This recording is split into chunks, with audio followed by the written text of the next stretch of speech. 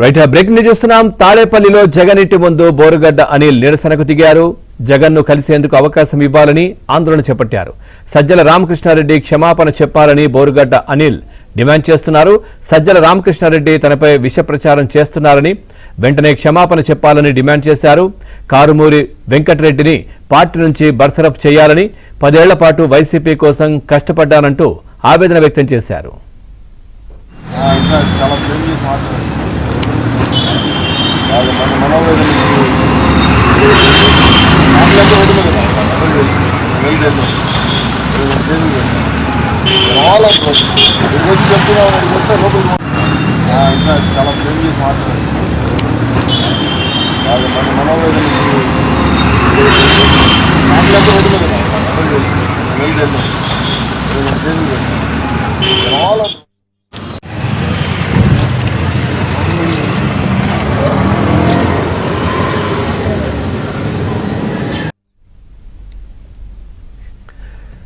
తాడేపల్లిలో జగన్ ఇంటి ముందు బోరుగడ్డ అనిల్ నిరసనకు దిగారు. జగన్ ను కలిసేందుకు అవకాశం ఇవ్వాలని ఆందోళన చేపట్టారు. దీనికి సంబంధించి మరింత సమాచారాన్ని మా కరెస్పాండెంట్ సత్య అందిస్తారు. సత్య, పూర్తి డీటెయిల్స్ ఏంటి?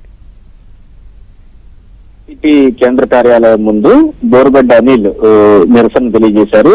మాజీ ముఖ్యమంత్రి జగన్మోహన్ రెడ్డిని కలిసే అవకాశం ఇవ్వాలని ఆయన కోరారు. ముందుగా లోపలికి అనుమతించినప్పుడు కూడా సజ్జల రామకృష్ణారెడ్డిని కలిసేందుకు వెళ్ళినప్పుడు 2 నిమిషాలు కూర్చోవాలని చెప్పారు. గంట కూర్చున్నాను, 2 గంటలు కూర్చున్నాను, 3 గంటలు కూర్చున్నా కానీ పిలవలేదు అని చెప్పి ఆయన తన ఆవేదన వ్యక్తం చేశారు. నా కుటుంబ సభ్యుల కుటుంబానికి సజ్జల క్షమాపణ చెప్పాలి. ఈ పార్టీ కోసం తను 9 నెలల పాటు జైల్లో ఉన్నాను, నానా కష్టాలు పడ్డాను, ఇబ్బందులు పడ్డాను. ఇప్పుడు నన్ను రౌడీ షీటర్ అంటూ వ్యాఖ్య చేసిన కారుమూరి వెంకట్ ను నెత్తికెత్తుకుంటున్నారని కూడా గట్టిగా ఆయన విమర్శించారు.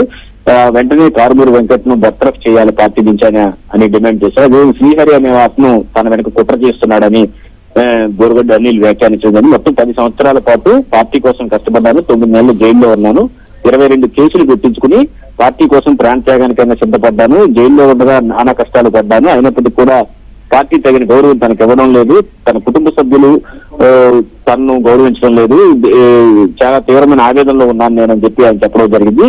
తాను పార్టీ కోసం ప్రాంతాగానికైనా సిద్ధపడ్డాన్న విషయం అందరికీ తెలుసు. వైఎస్ భారతిని చిక్కినప్పుడు తాను ఎక్కడున్నారు మిగతా వాళ్ళందరూ అని చెప్పేసి ఆయన వ్యాఖ్యానించడం. అదేవిధంగా తన అకౌంట్స్ అన్ని కూడా ఫ్రీజ్ చేశారు. సాఫ్ట్వేర్ కంపెనీలు, తనకున్న సాఫ్ట్వేర్ కంపెనీలు కూడా మూతపడేటట్టు చేశారు అని చెప్పి కూడా ఆయన చెప్పడం జరిగింది. తనకు ఆ ఎనలేని అవమానం జరిగిందంటూ కూడా ఆందోళన చేశారు.